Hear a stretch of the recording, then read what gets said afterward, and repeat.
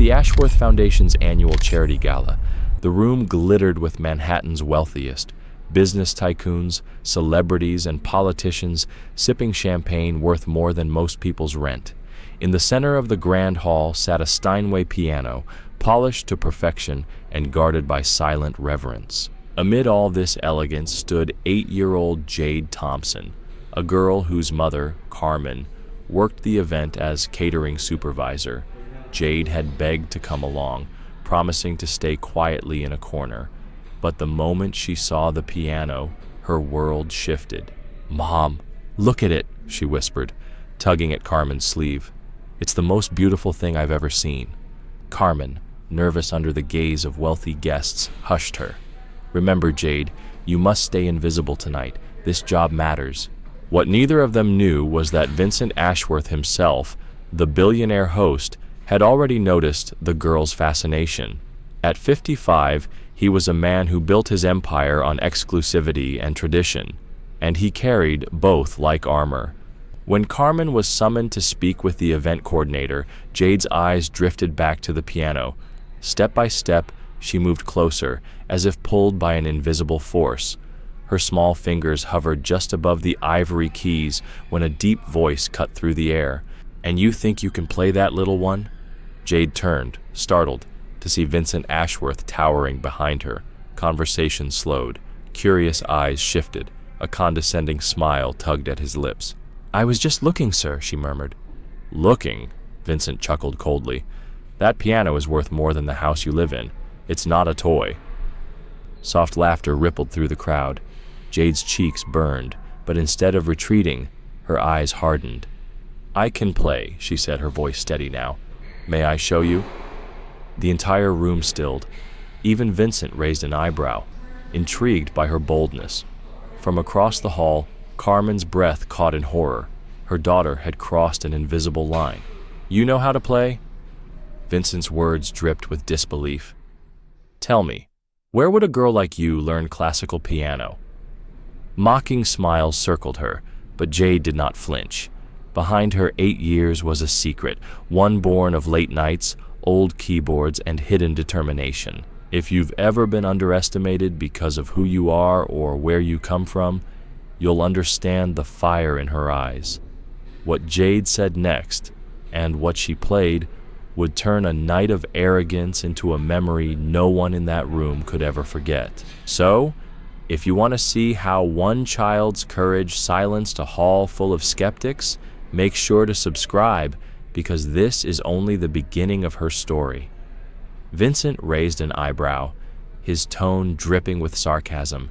"And this teacher of yours, where does she teach? At your neighborhood school?" Laughter rippled through the guests. Jade lowered her eyes, but her thoughts turned to Mrs. Eleanor Martinez, the retired pianist next door who had opened her tiny apartment, and her heart to the child's hidden passion. 3 nights a week, when Carmen dragged herself home from work, Eleanor would welcome Jade in, setting up her battered keyboard for hours of practice. "You don't understand," Jade whispered, almost to herself. "Don't understand what?" Vincent crouched down, smiling in a way that wasn't kind. "Listen carefully, little one. This piano," he tapped the polished wood lightly, "is a 1942 Steinway. It's worth more than $500,000. Legends have played on it. Do you really think you can just walk in here and—" "Vincent." Carmen's voice cut through the air. She had appeared silently, pale but steady. "Jade, come here." "Ah, the mother." Vincent straightened, his smile growing even sharper. "Carmen, is it? Perhaps we should have a word about boundaries and proper supervision." Carmen placed a protective hand on Jade's shoulder. "I apologize, Mr. Ashworth. She was only impressed by the piano. She meant no harm." "Harm?" Vincent chuckled coldly. "Not at all. It's simply reality. Some people are born into one world and others into another. The key is knowing your place." Jade felt her mother's grip tighten. That squeeze meant control, desperately holding back words better left unsaid. "Of course, sir," Carmen said tensely. "We understand." "Good," Vincent waved dismissively, as if shooing away a servant. "Now, shouldn't you be in the kitchen?" At that moment, Jade's expression shifted. Not anger, something sharper, deeper. She looked at the piano, then at Vincent, then at the watching crowd. "Sir," she said calmly, "may I ask you a question?" Vincent, caught off guard, tilted his head. "Go on. Do you know how to play this piano that's worth $500,000? The question landed like a stone in water. Vincent blinked, laughter catching awkwardly in his throat. The guests leaned in, curious. "I appreciate music," he said quickly. "I've had a classical education. I studied at—" "But can you play it?" Jade pressed, her calm intensity making adults shift uneasily. Vincent opened his mouth, then closed it. His face flushed. "It's not about playing," he snapped. "It's about education, discipline, understanding." "So you don't?" Jade asked softly. "But you're sure I can't?" The silence that followed was heavy. Carmen's eyes closed. She knew her daughter had stepped onto dangerous ground. Vincent's face reddened further, unused to being challenged, least of all by an 8-year-old. "Jade," Carmen whispered urgently, "enough." But Jade wasn't finished. She stepped toward the piano, laying her small hands on the keys with reverence. "Mrs. Martinez always says music doesn't care where you come from. It only cares if you feel it."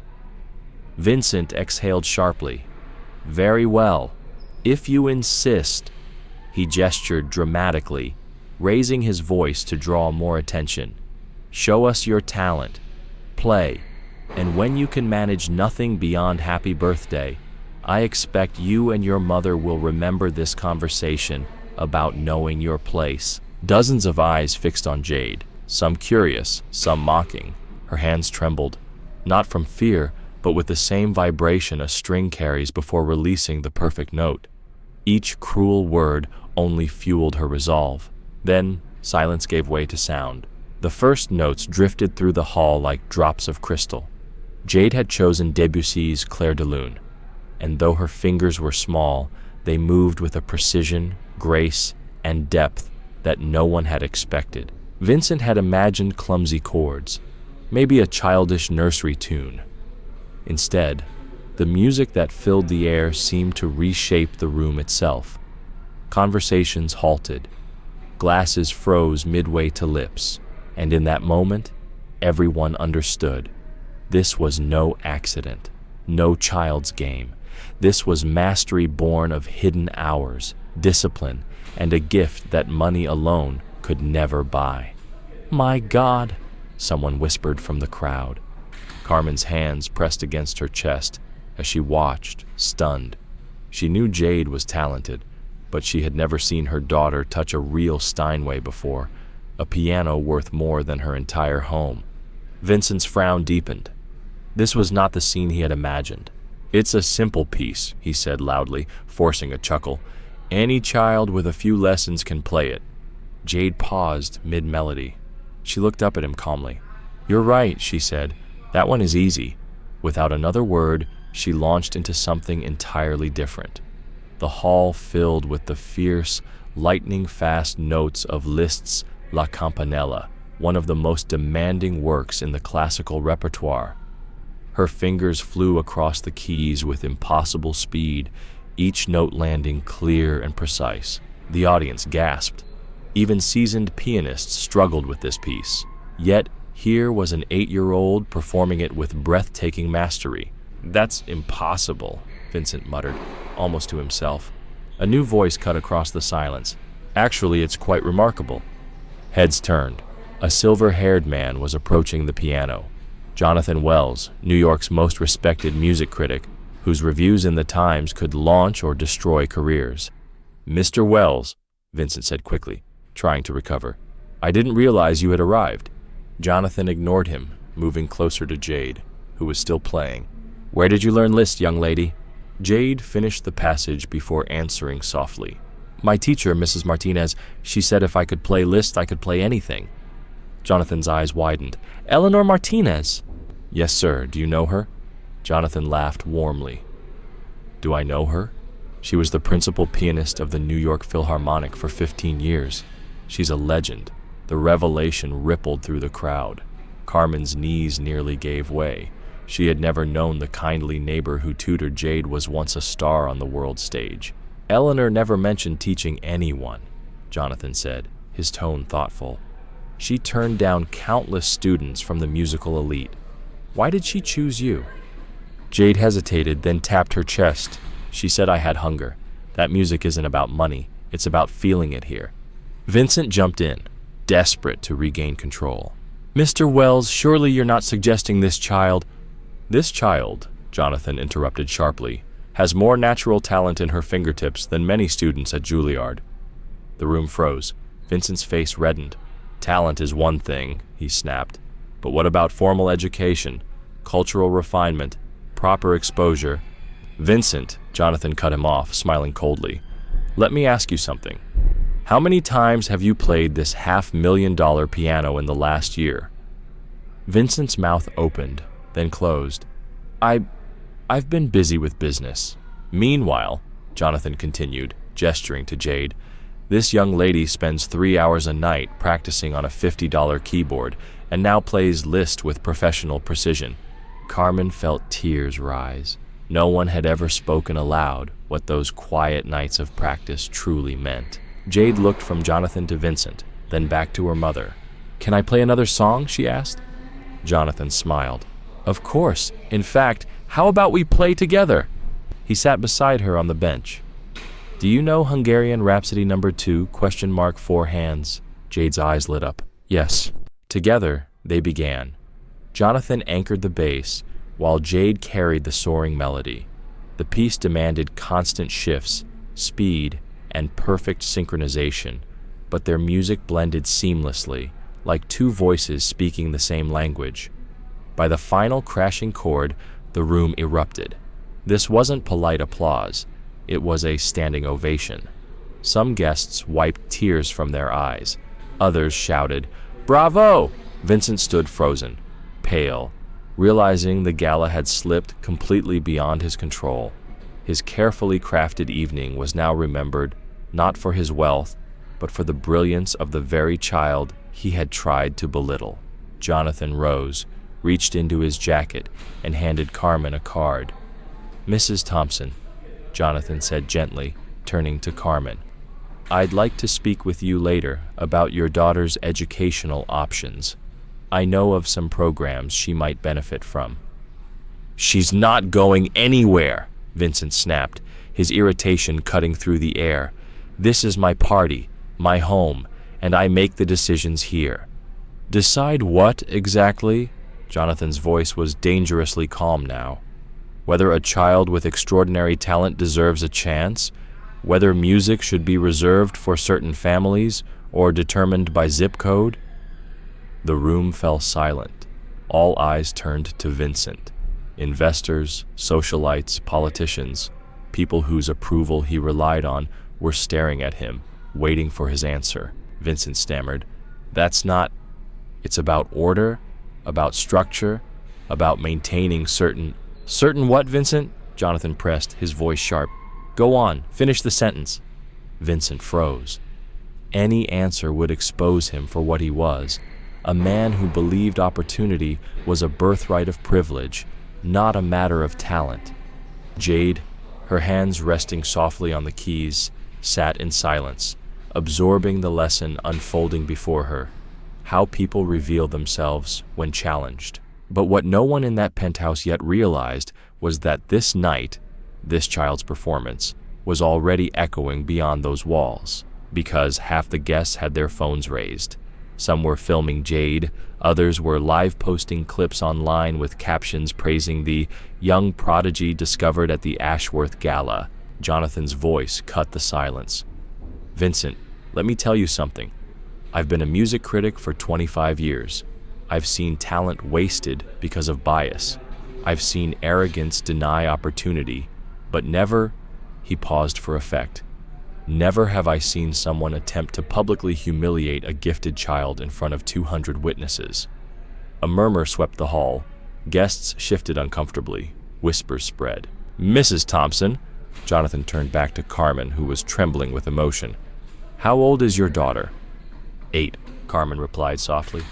8, Jonathan repeated, locking eyes with Vincent. And yet she plays Liszt with the technical precision of a conservatory graduate, And you, his voice sharpened, questioned whether she knew her place. Now wait, Vincent blustered. Wells, you're twisting this out of context. I was simply contextualizing. The voice came from the side of the room. Margaret Foster, editor-in-chief of Cultural Elite magazine, stepped forward, phone in hand. Vincent, I recorded everything you said, word for word, including your claim that some people are born into one world and others into another. Vincent's face drained of color. Margaret Foster's pen, or her phone, could end reputations overnight. And just so you know, Margaret added smoothly, I posted Jade's performance on Instagram 5 minutes ago. It already has 15,000 views, and let's just say the comments aren't flattering toward the host. Carmen squeezed Jade's hand tighter, hardly able to believe how quickly the tide had turned. Her daughter, the same little girl she once scolded for sneaking late-night practice, was now being celebrated by the city's cultural elite. Vincent, the deep voice belonged to Robert Chun, one of Ashworth's most important investors. He stepped closer, his face expressionless. We need to talk. Now. Vincent swallowed hard. He knew that tone meant disaster. Reputation mattered to his partners more than any deal. Meanwhile, Jonathan knelt again to Jade's height. My dear, how about we give these people something they'll never forget? Shall we play one more piece together? Jade's eyes darted to her mother. Carmen nodded, tears streaming down her cheeks. Jonathan smiled. Do you know Rhapsody in Blue? Jade's face lit up. It's one of my favorites. The two of them sat side by side at the Steinway. This time the crowd was utterly still, 200 people holding their breath. And then it began. The first notes of Gershwin's masterpiece rippled through the hall. Playful, dramatic, filled with energy. Jonathan anchored the rhythm, but he gave Jade space to soar.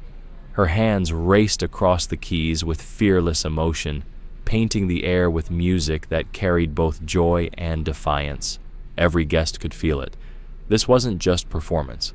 It was a statement, a declaration that talent belongs to no social class, no pedigree, no predetermined place. By the time the final chord thundered through the penthouse, the hall erupted. Thunderous applause, people on their feet, shouts of "Bravo!" echoing against the marble walls. In that moment, Jade Thompson was no longer just Carmen's daughter or a child at the wrong party. She was a prodigy who had silenced a room full of skeptics and unwittingly rewritten the story of the night. And Vincent Ashworth, pale and trembling at the edge of the crowd, realized that he had just lost far more than control of his gala. When the final chord of Rhapsody in Blue faded, silence held the room for several long seconds. Before erupting into thunderous applause, guests leapt to their feet, some crying openly, others shouting "Bravo!" in multiple languages. Vincent stood frozen, horrified. His gala, his stage, had been stolen by an 8-year-old. Margaret Foster, still recording on her phone, approached him with a sharp smile. Vincent, would you care to comment on this young lady's exceptional talent, or perhaps offer a public retraction?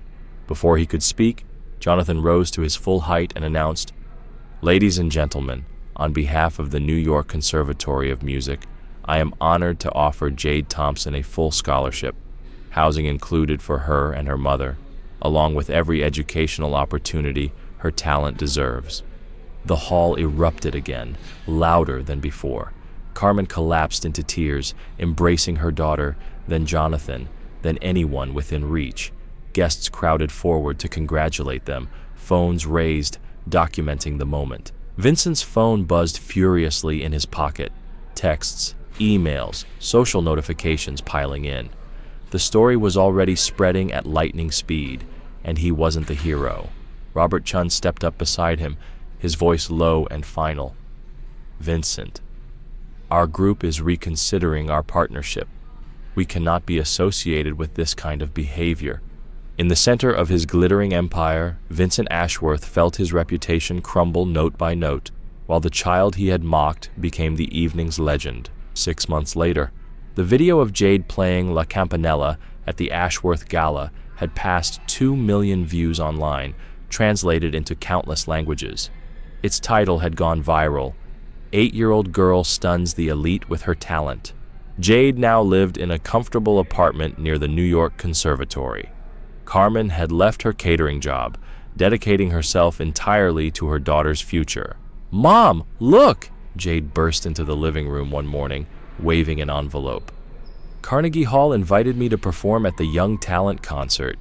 Carmen hugged her tightly, tears shining in her eyes. 6 months ago, they were scraping by just to pay rent. Now her daughter's name appeared on programs alongside the brightest rising stars. Jonathan Wells had kept his promise. Not only had he secured Jade's scholarship, but he introduced her to world-class mentors and arranged concerts that built her reputation as one of the most promising pianists of her generation. "Jade has a gift that transcends technique," Jonathan told Rolling Stone magazine. "She doesn't just play music, she tells stories that reach the soul. In 40 years of music criticism, I've rarely seen anything like it." Meanwhile, Vincent Ashworth's empire collapsed. The viral video drew journalists deeper into his affairs. Margaret Foster published a scathing piece in Cultural Elite entitled "The True Face of Power When Status Tries to Silence Talent." Within weeks, 3 of Vincent's largest investors pulled out. Robert Chun not only canceled the $200 million partnership, but advised others to avoid him as well. His wife, Victoria, filed for divorce, taking half the assets and telling the press, "I refuse to be tied to values I do not believe in." His beloved penthouse went on the market. His social circle evaporated. And when reporters uncovered that Vincent had graduated from a prestigious university without ever learning to play a single note on the Steinway he prized as a trophy, the irony was impossible to ignore. "A man with a $500,000 piano never learned to touch its keys," Jonathan remarked on his podcast, while a child with a $50 keyboard mastered Liszt. Back in her apartment, Jade practiced on a brand new Yamaha Grand, a gift from Jonathan. Her small hands danced across the keys, pouring her heart into Rhapsody in Blue. Teachers at the conservatory stood in awe, whispering that she played with the depth of someone far beyond her years.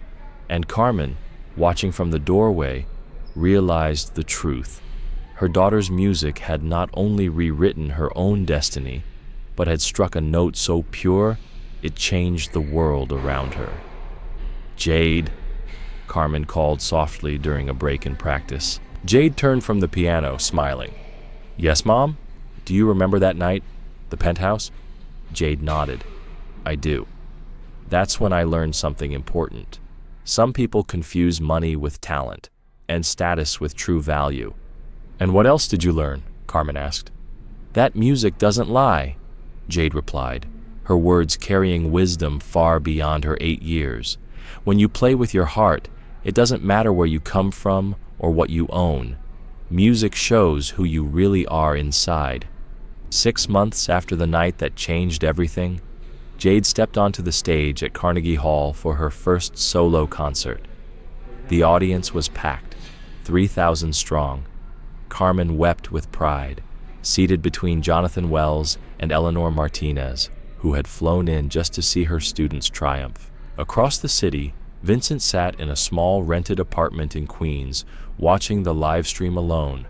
His empire was gone, his partners had left him, and the arrogance that once fueled him had curdled into regret. On the screen, he watched the same girl he once tried to humiliate receive a standing ovation from New York's cultural elite, the very people who had witnessed her rise that unforgettable night.